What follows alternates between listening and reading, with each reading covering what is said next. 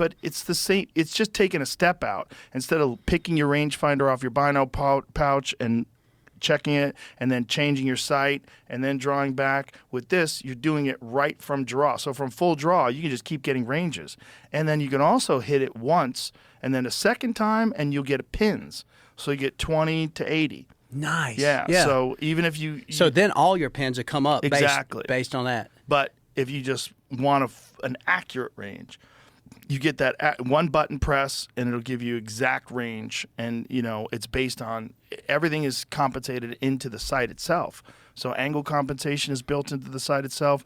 You put in the speed of your arrow. So if you're shooting 285 feet per second. Exactly. It's all factored into your bow. It's pretty incredible. I liked that a lot because and I think I've heard you even mention this. What I love about archery is obviously you got these windows. Everything ain't just sitting out in the yard where you're shooting.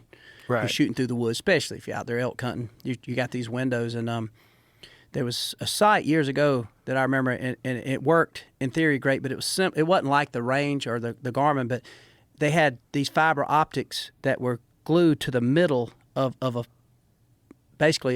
piece of glass that went into the sight housing. So you would buy this glass housing that, okay, if your bow was 280 feet per second or 290 or 300, 320, and your pins were preset, so you went in and got your top pin dialed in. So then you had all these, but your sight viewing was good. The problem was when it rained or if it got dirty. Foggy. Yeah. And what I did like about that is the fact that the reason I've always liked pins, multiple pins, is the fact that I could see my whole sight picture where my arrow's going from 20 all the way out to even if I'm shooting 80.